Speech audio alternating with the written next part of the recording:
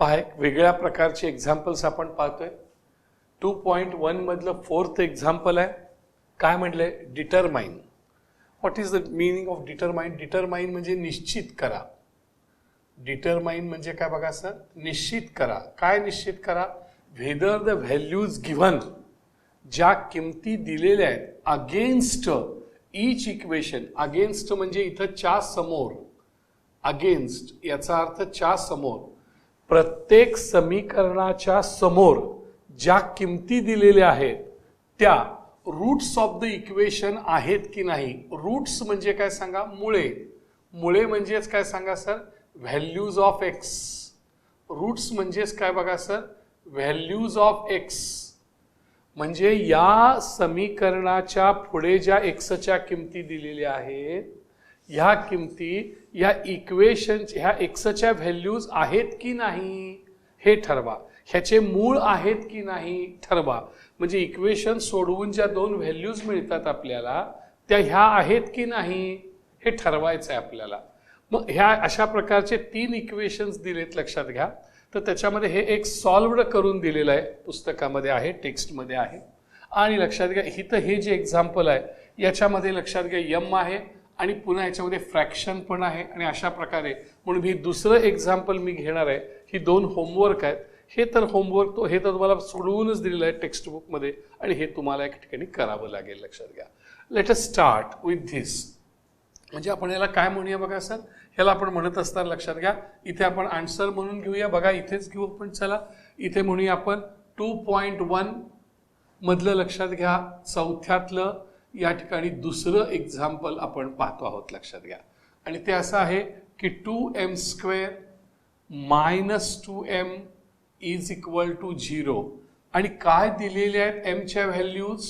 m is equal to 2 आणि 5/2. बरोबर sir? पहिल्यांदा आपण किंमत घेऊया सर. पहिल्यांदा घेत असताना इथे आन्सर म्हणत असताना पहिल्यांदा आपण लक्षात घ्या m इज इक्वल टू 2 घेऊया, राईट. आणि m इज इक्वल टू घेतल्यानंतर ह्याच्यामध्ये सर हे लेफ्ट हँड साईड आहे, ही LHS आहे आणि ही काय आहे सांगा सर? RHS आहे. लेफ्ट हँड साईड आणि right hand side.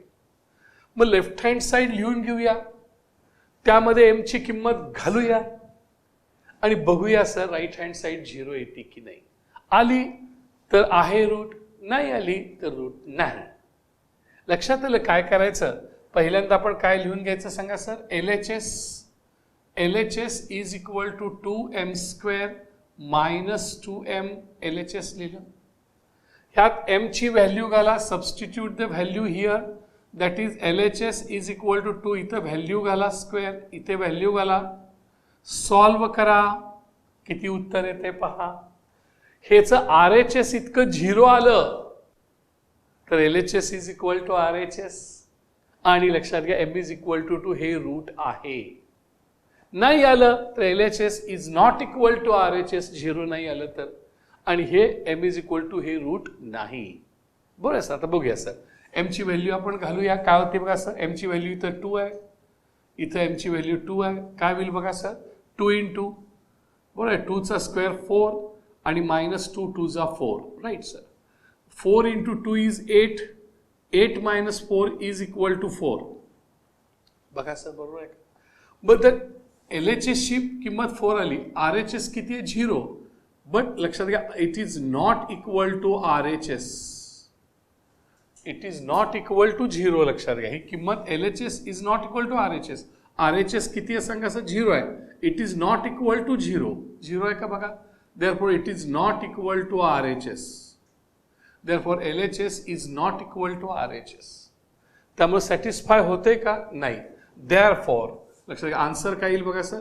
m is not root of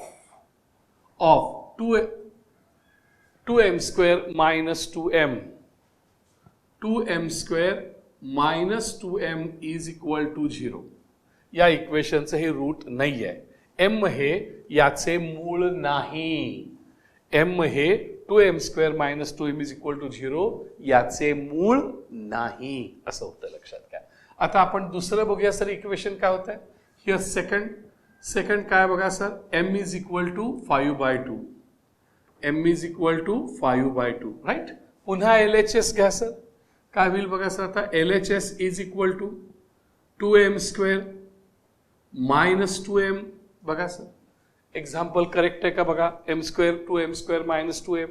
m ची किंमत घाला 2, इथे m ची किंमत 5/2 ब्रॅकेट स्क्वेअर, इथे m ची किंमत 5/2, राईट सर. बघा बरोबर, it is equal to 2 into या ठिकाणी 5चा स्क्वेअर 25, 2चा स्क्वेअर 4 मायनस इथे इंटू आहेत सर ऑलरेडी, गुणिले आहेच, तर 2 ला 2 कॅन्सल, मल्टिप्लाय असेल तर -5. इथे सर 2 1 जा 2, 2 2 जा 4, त्यामुळे 25/2 -5/1. इथे सर डिनॉमिनेटर इक्वल नाही आहे, त्यामुळं काय करायचं, डिनॉमिनेटरमध्ये मल्टिप्लिकेशन करायचं 2 इंटू 1 आणि न्यूमरेटरमध्ये क्रॉस मल्टिप्लिकेशन करायचं 25 इंटू 1 मायनस 2 इंटू 5.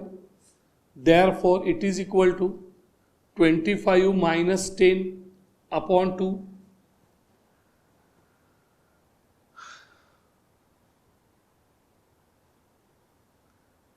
-10/2 किती होईल बघा सर,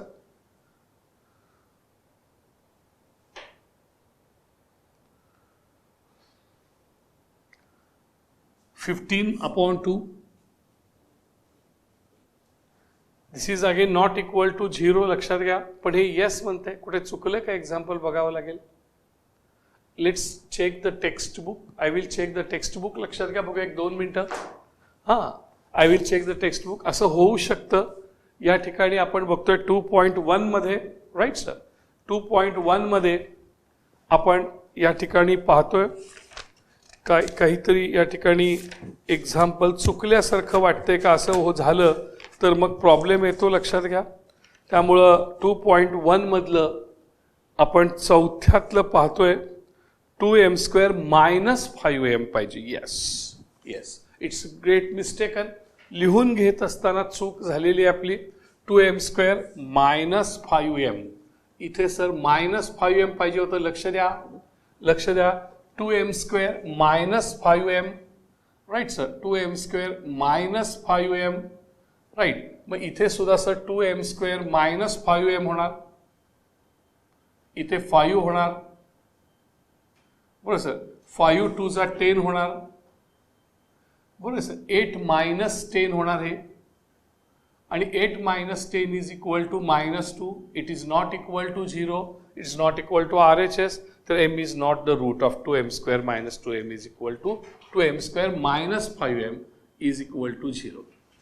अगेन सेकंड व्हॅल्यू, पुन्हा सर इक्वेशन घेत असताना 2m² minus 5m, it's very important. This is 5. बघा सर, हे आपण नीट घ्यायला पाहिजे, चुकलं होतं आपलं मगाशी. हे 5 आणि इथं m ची व्हॅल्यू घ्या सर. इथं m ची जी व्हॅल्यू आहे ती इथं लिहायची आहे 5/2. काही कॅन्सल होत नाही आहे. इथे लक्षात घ्या, 5 5 जा 25, राईट सर. इथे कॅन्सल काही होत नाही आहे. 5 5 जा 25, 25/2, राईट. आणि मग 25/2 झालं, इथे 25/2 येईल. तर एक्झाम्पल लिहून घेत असताना ते एक्झाम्पल बरोबर लिहिणं हे देखील खूप गरजेचं आहे. लक्षात घ्या, परीक्षेमध्ये असं होतं की एक्झाम्पल लिहून घेत असताना जर चूक झाली तर लक्षात घ्या या ठिकाणी फारच त्रास होऊ शकतो. त्यामुळे एक्झाम्पल करेक्ट लिहून घेणं गरजेचं आहे. आणि मी जरी लिहून दिलेलं असलं तरी विद्यार्थ्यांनी ते होमवर्क, ते एक्झाम्पल टेक्स्टबुकमधनं चेक केलं पाहिजे. आणि लक्षात घ्या, आपल्या टीचरला सांगायला पाहिजे की नाही हे चुकलं इथे म्हणून, राईट. म्हणजे कसं होईल बघा सर, 25/2 आणि त्यामुळे 25/2 मायनस 25/2 म्हणजे हे मायनस हे म्हणजे 0. It is equal to 0, right sir. And 0 means RHS. It is equal to RHS. Therefore sir LHS is equal to RHS. LHS is equal to, हे प्लस लक्षात घ्या, plus 25/2 minus 25/2 is equal to 0. LHS is equal to RHS. त्यामुळं लक्षात घ्या, हा m हा route आहे, right sir. LHS बरोबर आले सर. म्हणजे आन्सर कसं होईल बघा sir. M is root of 2m square minus 5m is equal to 0. इथं इज म्हणायचं सर, इज. आणि इथं काय म्हटलं सर, इज नॉट असं म्हटलं होतं सर. लक्षात घ्या, हे दोन महत्वाचे आहेत. लक्षात घ्या, एम हे 2m square minus 5m is equal to 0 याचे मूळ आहे आणि हे मूळ नाही. त्यामुळे इथं पहिल्यांदा नो म्हटलं होतं, दुसऱ्यांदा येस म्हटलं होतं. तुमचं लिखाण सर अशा स्टाईलमध्ये पाहिजे. हे दोन होमवर्क्स आहेत, हे आपण करावे. हे टेक्स्टबुकमध्ये दिले. टेक्स्टबुकमध्ये जरी LHS RHS म्हटलेलं नसलं तरी म्हणा, ही स्टाईल अगदी करेक्ट आहे. आणि या ठिकाणी या पद्धतीनं होमवर्क 40 पण ते करून घ्या. आता आपण बघतो सर, खूपच महत्वाचे काही 4 फॉर्म्युले मी आपल्या समोर देतोय. लक्षात घ्या सर, व्हेरी इम्पॉर्टंट. आणि त्याच्यावरची काही एक्झाम्पल्स आज आपण पाहणार आहोत, खूपच महत्वाचे. त्यातले पहा, लक्ष द्या. या ठिकाणी हा रूल नंबर 1 पहा सर. हा रूल नंबर 1 आपल्याला हा फरक कळावा म्हणून मी रेष मारतोय. बघा सर, लक्ष द्या. रूल नंबर 1, अल्फा आणि बीटा ह्या इक्वेशनचे रूट्स असतील. रूट्स म्हणजेच काय सांगा सर. रूट्स म्हणजेच काय, व्हॅल्यूज ऑफ एक्स. रूट्स म्हणजेच काय सांगा सर, व्हॅल्यूज ऑफ एक्स. मुळं असतील ax square plus bx plus c ची अल्फा आणि बीटा मुळं असतील म्हणजे एक्सच्या व्हॅल्यूज असतील. एक्सच्या व्हॅल्यूज असतील. रूट्सचा संबंध स्क्वेअर रूटशी नाही आहे, हे लक्षात घ्या. वर्गमुळाशी नाही आहे. मुळाचा संबंध वर्गमुळाशी नाही आहे. इथं रूट्स म्हणजे काय, व्हॅल्यूज ऑफ एक्स. ह्या क्वाड्रॅटिक इक्वेशनचे, ह्या वर्ग समीकरणाची अल्फा आणि बीटा हे रूट्स आहेत म्हणजे एक्सच्या व्हॅल्यूज आहेत. असं असेल तर हा फॉर्म्युला लक्षात ठेवा. Alpha plus beta is equal to minus B upon A आणि alpha into beta is equal to C upon A. Very important. लक्षात घ्या, हे पाठ करायचं आहे. दुसरं लक्षात घ्या, इथे हा फॉर्म्युला जुना आहे, जुनाच आहे. A plus B bracket square is equal to A square plus 2ab plus B square. खूप वेळा आपण वापरलाय. आणि प्लस 2ab ह्या साईडला आले, प्लस 2ab चे minus 2ab. therefore a plus b bracket square minus 2ab is equal to a square plus b square. हे a square आणि हे b square राईट साईडला राहिले. मग आता ab च्या ऐवजी अल्फा बीटा घालतो म्हणजे alpha plus beta bracket square minus 2 alpha beta is equal to alpha square plus beta square. काही एक्झाम्पल मध्ये हा फॉर्म्युला आपल्याला लागतो अल्फा स्क्वेअर आणि बीटा स्क्वेअरची किंमत काढत असताना. त्यामुळे this is very important formula, हा लक्षात ठेवा. तिसरा हा जो आहे तो क्यूब संदर्भात आहे. A plus B bracket cube म्हणजे काय, A cube plus B cube plus 3ab into bracket A plus B. पाठ पाहिजे हा, डुबाय हार्ट 2-3 वेळा म्हणायचं. A plus B bracket cube is equal to A cube plus B cube plus 3ab into bracket A plus B. मग हे 3ab ह्या साईडला आले, हे सगळंच उचलून इकडे आलं सर, लक्षात घ्या. आणि हे a cube plus B cube फक्त तिकडे राहिलं म्हणजे कसं होईल, a plus B bracket cube सगळं इकडं आलं plus 3ab into bracket A plus b is equal to A cube plus B cube या साईडला. ए आणि बीच्या जागी अल्फा बीटा घाला. Alpha plus beta bracket cube minus 3 alpha beta into bracket alpha plus beta is equal to alpha cube plus beta cube. हा formula alpha cube plus beta क्यूबचे value काढण्यासाठी लागतो. त्यामुळे हा लक्षात ठेवा. हा चौथा आणि खूपच महत्वाचा फॉर्म्युला आहे. हे बघितलं होतं आपण, A plus B bracket square is equal to A square plus 2ab plus B square. तसंच ए मायनस बी ब्रॅकेट स्क्वेअरचा एक फॉर्म्युला आहे. A minus B bracket square is equal to A square minus 2ab plus B square. इथं minus असलं तरी शेवटी plus येतं, लक्षात घ्या. इथं मायनस येतं. A minus B bracket square is equal to A square minus 2ab plus B square. आणि मग ह्या दोघांचं जर आपण सबस्ट्रॅक्शन केलं, वजाबाकी केली, ह्या दोघांची जर आपण वजाबाकी केली, वजाबाकी म्हणजे काय, खालचं चिन्ह बदलायचं, प्लसचं मायनस, प्लसचं मायनस, मायनसचं प्लस, प्लसचं. तर काय होईल, plus A square minus A square plus B square minus B square cancel होईल.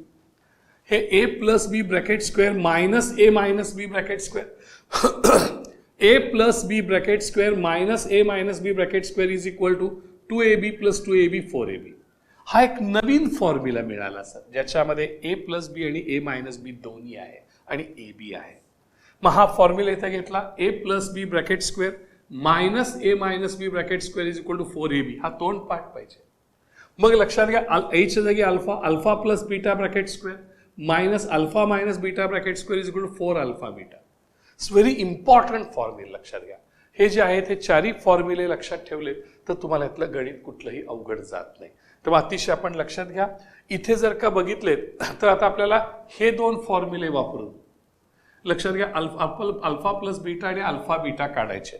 हे इक्वेशन दिलेलं आहे, ह्याच्यावरनं ए बी सी काढायचं आणि इथं मायनस बी अपॉन ए म्हणजे अल्फा प्लस बीटाची किंमत आणि अल्फा बीटाची किंमत सी अपॉन ए हे वापरायचं. हे दोन तुम्हाला होमवर्क्सला दिले, मी हे करून दाखवतो. आणि बघा लक्षात घ्या, हे तिसरं एक्झाम्पल मी आपल्यासमोर करून दाखवतोय आणि हे गणित मी आता आपल्यासमोर करतोय. लक्षात घ्या, पहा. त्यामुळे हे इक्वेशन्स मी इथं लिहून घेतो. हे दोन होमवर्कचे आहेत. आता नीट लक्ष द्या म्हणजे हे दोन होमवर्क्स तुम्हाला जमतील. पाहूया. 2x² हे आन्सर सुरू झालं, लक्षात घ्यायचं. 2x² minus 4x minus 3 is equal to 0. ह्याच्यामध्ये लक्षात घ्या ax² plus bx plus c is equal to 0. ह्याच्यावर कम्पेअर करा. a ची व्हॅल्यू सांगा बरं, b ची व्हॅल्यू लिहा, c ची व्हॅल्यू लिहा. थांबायची काही गरज आहे का? मग आता कसं लिहिता येईल लक्षात घ्या. आपल्याला दोन काढायचे आहेत. काय काढायचं? पहिला अल्फा प्लस बीटा काढायचं आहे. ते कसं काढणार सांगा सर. इथे अल्फा प्लस बीटा काढत असताना alpha plus beta is equal to काय फॉर्म्युला आहे? Minus B upon a. Right, भरा व्हॅल्यू इथे. काय उत्तर येते पहा. तिसरा फॉर्म्युला काय सांगा sir? Alpha into beta. Therefore alpha beta is equal to काय फॉर्म्युला आहे? C upon a. बरोबर आहे sir. It is equal to भरा आणि सांगा मला काय व्हॅल्यू आली.